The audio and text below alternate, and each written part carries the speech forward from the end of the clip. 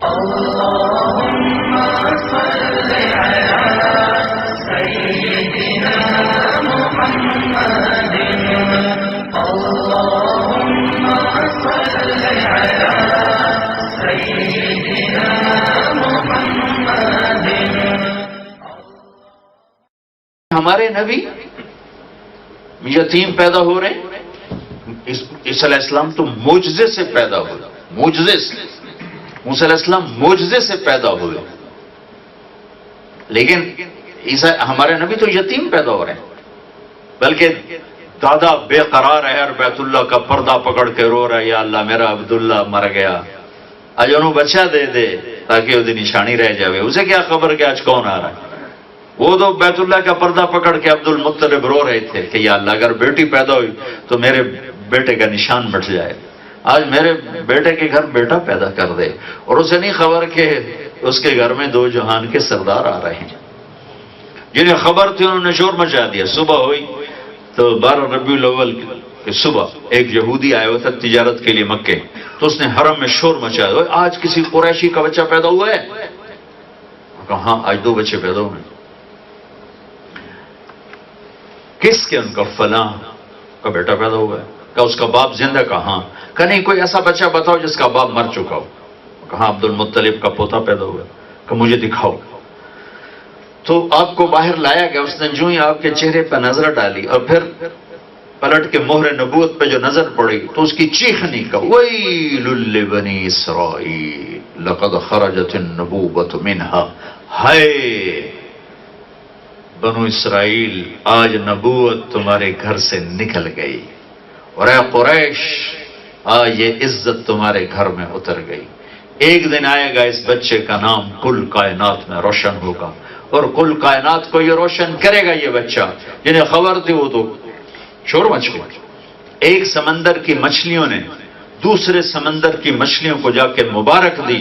دنیا میں پہلی اور آخری دفعہ ہوا, ورنہ ہر مچھلی اپنے باؤنڈری جانتی ہے. جب وہ اپنے باؤنڈری پر آتی واپس چلی جاتی. پانی آپس میں نہیں ملتا, مچھلی ملتی. کیپ ٹاؤن کے آخر میں گیا, وہاں پیسیفک اور انڈین اوشن مل رہے ہیں, تو مجھے وہاں دوستوں نے بتایا کہ وہ 2 سمندر آپس میں یوں لکیر بنی ہوئی تھی, اور جہاں تک نظر جاتی تھی پانی آپس میں مل نہیں رہا تھا, بلکہ پارٹیشن صاف نظر آ رہی تھی. تو انہوں نے کہا جی اس سے بھی اگلی بات یہ ہے کہ اس سمندر کی مچھلی ادھر نہیں جاتی اور ادھر کی ادھر نہیں آتی. جب اس کنارے پر آتی تو واپس چلی جاتی, وہی آتی تو واپس چلی جاتی ہے. دنیا میں صرف یہ, اب میں آگے کہہ رہا ہوں, دنیا میں صرف ایک دفعہ ہوا جس دن میرے آپ کے نبی پیدا ہوئے. ایک سمندر کی مچھلیوں نے دوسرے سمندر کی مچھلیوں کو جا کے مبارک دی کہ آج کائنات کے سردار آ گئے, آج وجہ کائنات آ گئے, کائنات کے لیے رحمت آ گئے. اور دنیا میں جتنے بت تھے زمین پہ جا گرے, اور ایران کے بادشاہ کے محل میں 1000 سال سے آگ جل رہی تھی, ایک دم بجھ گئی. اور ایران کا بادشاہ نوشیروان نے وہ محل بنایا تھا سنگ مرمر سے, اس کے 14 بڑے بڑے برج ٹوٹ کے زمین پر گر گئے. ہوا کہ ایک یتیم پیدا ہو رہے ہیں. یتیم دودھ پلانے والیاں دودھ پلانے کے لیے تیار نہیں ہیں. 10 عورتیں آتی ہیں. حلیمہ کے بھاگ جاگنے تھے, اس کی سواری کمزور تھی, وہ لیٹ ہو گئی, تو ان کے خاندان کی ساری عورتیں 9 بچے لے کے چلی گئیں. ہر عورت نے اس یتیم کو پوچھا اور یتیم سمجھ کے چھوڑ دیا. پھر حلیمہ مکے میں انٹر ہوئی تو انہوں نے بھی دیکھا یتیم ہے. ہاں کہا مجھے معاوضہ کون دے گا, پیسے کون دے گا. سارا مکہ پھر کے آ کے تھک کے بیٹھ گئی. تو خامد نے کہا حلیمہ خالی گود جانے سے بہتر نہیں کہ یتیم ہم گود میں لے لیں, چلے ہمیں اجر ہی صحیح. کہاں چلو یہ ٹھیک ہے. اب دوبارہ گئیں, بھی خالی گود جانا مجھے تانا ملے گا. کہا کہ آمنہ بہن اپنا بچہ دے دو. انہوں نے فرمایا اس کی برکتیں تو دیکھے گی جب یہ تیری گود میں آئے گا. ان کی چھاتیاں خشک تھیں, جو ہی گود میں لیا دونوں چھاتیاں دودھ سے بھر گئی. اور آپ نے ایک چھاتی سے دودھ پیا, دوسری طرف لگایا تو انکار کر دیا, منہ بند کر دیا کہ ایک اور بیٹا تھا حضرت حلیمہ کا جو دودھ پیتا تھا. شروع سے آپ نے انصاف کی بنیاد رکھی. اور اس سے عجب بات اب بتانے لگا ہوں کہ اگلے دن جب حضرت حلیمہ سوار ہوئی اپنی گدھی پر، کھوتی تھی جس کو اس پر سوار تھی، اونٹنی پر سامان تھا اسی کا ہاں جب رات ہوئی تو بھوک سے بیتاب، تو کہنے لگی اپنے خامد سے ابن ابی کبشہ نہ ابو کبشہ جا کے دیکھو تو صحیح کچھ دودھ کا قطرہ ہو نا، تھن تو خشک ہے، دودھ کہاں سے ہوگا؟ فرمانے لگے جا کوئی دیکھ، شاید کوئی ایک آدھ قطرہ نکل آئے تو چلو کوئی لب ہی ہمارے تر ہو جائیں۔ تب اب تو حضرت حلیمہ کے خامد اٹھتے ہیں اور جا کر ٹٹولتے ہیں، تو جب تھنوں پہ ہاتھ پڑتا ہے تو وہ لٹک کے نیچے آئے ہوئے تھے دودھ کی وجہ سے، اور وہ ایک قطرہ مانگ رہی تھی، پورا جگ بھر کے لیا، پورا برتن بھر کے لائے۔ وہ حلیمہ نے کہا یہ کہاں سے آ گیا؟ کہ اسی اونٹنی سے آیا، لگتا ہے یہ بچہ کوئی برکت والا ہے۔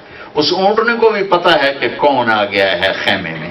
اب صبح جب ہوئی اور اب گدھی پر سوار ہوئی اور گدھی کی لگام اٹھائی اس کو چلانے کے لیے، تو اس نے ایک دم تیزی سے منہ موڑا اور بیت اللہ کی طرف منہ کر کے سجدہ کیا، پھر سر اٹھایا آسمان کو شکریہ کا، پھر سجدہ کیا، پھر سر اٹھایا، پھر سجدہ کیا، پھر سر اٹھایا اور پھر منہ سیدھا کر کے حلیمہ کے گاؤں کی طرف چل پڑی ہیں کہ جس گدھی پر آپ سوار ہوئے اسے بھی پتا چل رہا ہے کہ یہ یتیم کون ہے، یہ کون آ گئے ہیں۔ حضرت عباس کہنے لگے یا رسول اللہ مجھے تو آپ کے بچپن میں پتا چل گیا تھا آپ کوئی بڑی شان والے ہیں۔ آپ نے کہا وہ کیسے پتا چلا؟ کہ آپ چارپائی پہ لیٹے ہوئے تھے صحن میں، اوپر 14ویں کا چاند تھا، تو آپ بچہ موومنٹ کرتا ہے ایسے ایسے ہاتھ پاؤں مارتا ہے، اللہ کا نظام ہے جس سے اس کا غذا ڈائجسٹ ہوتی ہے۔ تو کہا میں دیکھتا رہا تو میں نے دیکھا کہ آپ کے ہاتھ کی حرکت کے ساتھ چاند ادھر ہو جاتا تھا، جب آپ یوں کرتے چاند ادھر ہو جاتا، جب یوں کرتے چاند ادھر ہو جاتا، آپ کے ہاتھ اور پاؤں کی حرکت کے ساتھ چاند زگ زیگ کر رہا تھا۔ تو آپ نے فرمایا چاند مجھ سے کھیلتا تھا، مجھے لوریاں سناتا تھا، یحاکینی ویناجینی ویناغینی، یحاکینی ویناغینی ویمنعنی من البکا۔ چاند مجھے کھلاتا تھا، میرے ساتھ کھیلتا تھا، مجھے کہانیاں سناتا تھا اور مجھے رونے سے رو کے رکھتا تھا تاکہ میری ماں کے کام میں کوئی خلل نہ آئے۔ یہ تو پنگھوڑے میں گود میں یہ شہنشاہیاں اللہ تعالیٰ نے دکھائیں اور یہ بلندیاں اللہ تعالیٰ نے دکھائیں۔ واحد نبی ہیں جن کی پیدائش سے لے کر دنیا سے جانے تک کی ہر ادا محفوظ، زندگی کا ہر عمل محفوظ۔ اس سے بھی 10,000 سال اوپر چلے جائیں اگر دنیا نے باقی رہنا ہے تو جیسے قرآن پہ کوئی حرف نہیں آ سکتا، ایسی میرے نبی کی زندگی پر بھی اللہ کا سایہ ہے۔ ساری دنیا کے دجال کھٹے ہو جائیں میرے نبی کی زندگی کو بدل نہیں سکتے۔ تو بھائیو نمونہ موجود ہے، زندگی موجود ہے۔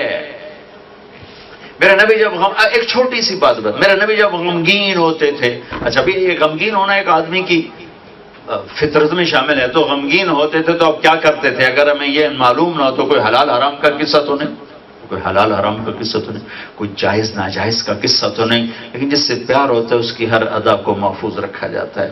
اللہ نے اپنے حبیب سے پیار کیا، اس کی ہر شے محفوظ کر۔ میرے نبی جب غمگین ہوتے تھے تو یوں بیٹھتے تھے، داڑھی ہاتھ میں سیدھے ہاتھ اور کون نہیں یہاں رکھے اور یوں بیٹھتے، تھوڑی دیر کے بعد یوں سر پہ ہاتھ پھیرتے، پھر ایسے داڑھی پکڑ کے بیٹھ جاتے۔ یہ میرے نبی کے غم کی نشانی ہوتی تھی۔ جب آپ خوش ہوتے تھے یہ جگہ پہلے ہی نور تھا لیکن یہاں سے زیادہ روشنی نکلنا شروع ہو جاتی، اور جب آپ کسی پہ ناراض ہوتے تھے سبحان اللہ قربان جاؤں، ہائے ہائے ہائے، ذرا اپنے نبی کی ناراضگی سننا۔ آپ ابو ہریرہ پہ فرض کرو ناراض ہو گئے تو اب وہ ناراضگی کا اظہار کیسے ہوتا تھا کہ اس کو بے عزت کر رہے ہیں، ڈانٹ رہے ہیں، ڈپڑ رہے ہیں۔ ادھر سے ابو ہریرہ مسجد میں انٹر ہوئے اور آپ کی نظر پڑ گئی اور آپ ناراض ہیں، تو بس یہ ناراضگی تھی، بس آپ منہ ادھر کر کے بیٹھ جاتے تھے، اے ناراضگی۔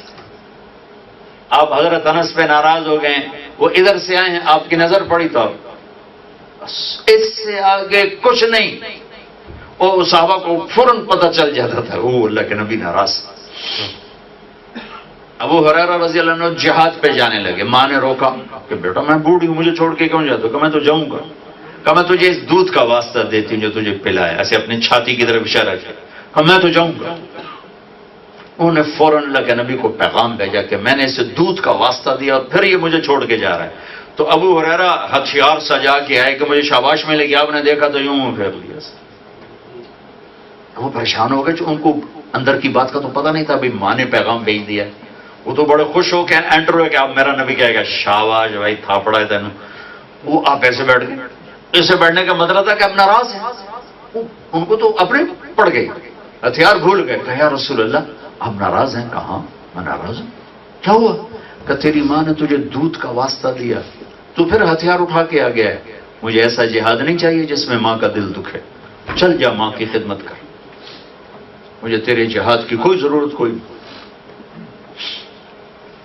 یہ میرے نبی کا اظہار ہے, ناراضگی کا اظہار ہو رہا ہے.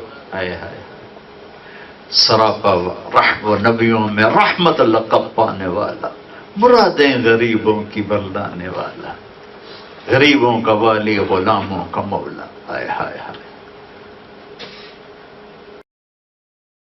اللهم صل على سيدنا محمد